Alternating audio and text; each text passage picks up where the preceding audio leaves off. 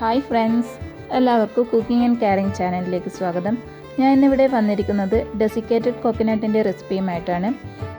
ഈ ഒരു പൗഡർ എപ്പോഴും ഉപയോഗിക്കുന്നത് സ്വീറ്റ്സ് ഉണ്ടാക്കുന്നതിന് വേണ്ടിയിട്ടാണ്. അതുപോലെ തന്നെ കറി ഉണ്ടാക്കുവാനാണെങ്കിലും ഇത് ഇങ്ങനെ നമുക്ക് സ്റ്റോർ ചെയ്തിട്ട് ഉണ്ടാക്കുന്ന സമയത്ത് എടുത്തുപയോഗിക്കാം. ഇത് സാധാരണ ഫ്രഷ് കോക്കനട്ടിൽ നിന്നാണ് ഉണ്ടാക്കുന്നത്. ഞാനിവിടെ ഉണ്ടാക്കിയിരിക്കുന്നത് കൊപ്ര ഉപയോഗിച്ചാണ്, അതായത് ഡ്രൈ കോക്കനട്ട്.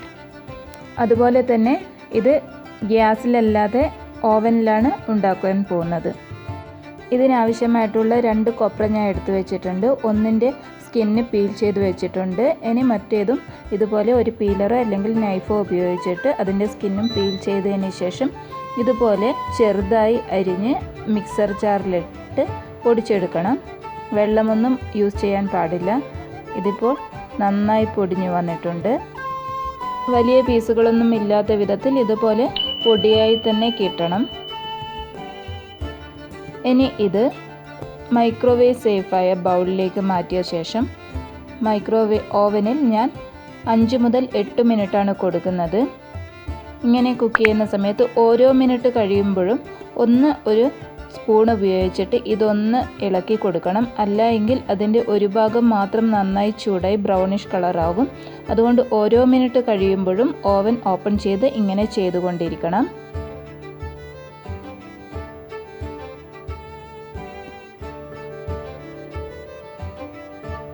കാരണം ഇത് കണ്ടിന്യൂസ് കുക്കായാൽ ഇതിൻ്റെ മുകൾ ഭാഗമൊക്കെ ബ്രൗണിഷ് നിറമാവും.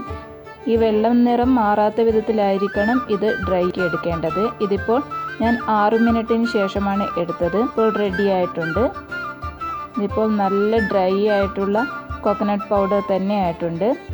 ഇനി ഇത് ഫ്രിഡ്ജിൽ വെച്ച് സൂക്ഷിക്കാവുന്നതാണ്. ഫ്രിഡ്ജിൽ വയ്ക്കുന്ന സമയത്ത് ഇത് നല്ല ഡ്രൈ ആയിട്ട് തന്നെ നമുക്ക് കിട്ടും.